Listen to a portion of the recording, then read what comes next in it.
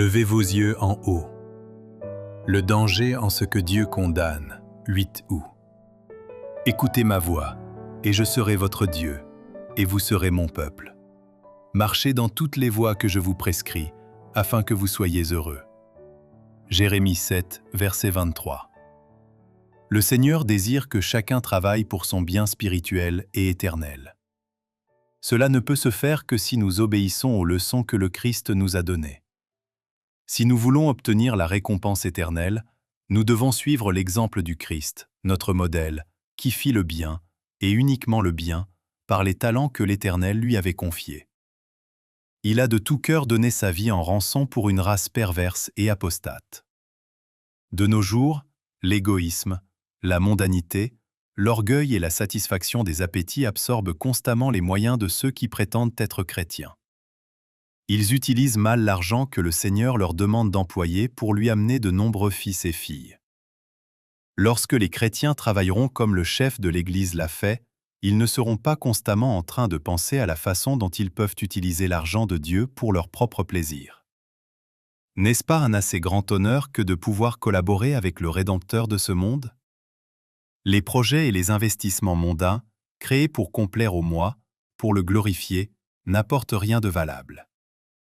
Dieu les condamne, et il est dangereux pour quiconque de vouloir faire ce que Dieu condamne.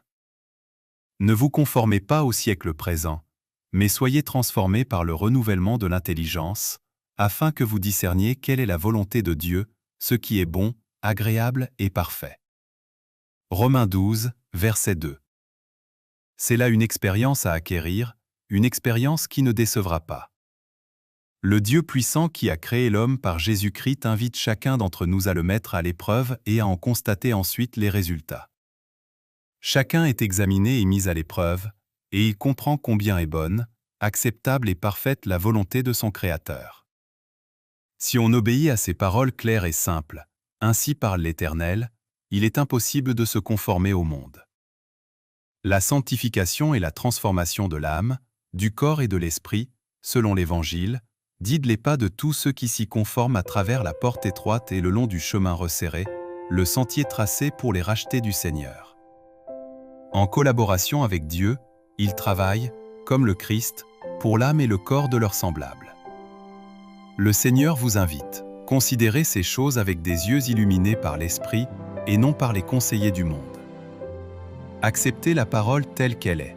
Placez-vous dans l'éclatante lumière de la gloire céleste afin qu'elle puisse luire devant, derrière et autour de vous, car vous êtes tous une lumière dans le Seigneur.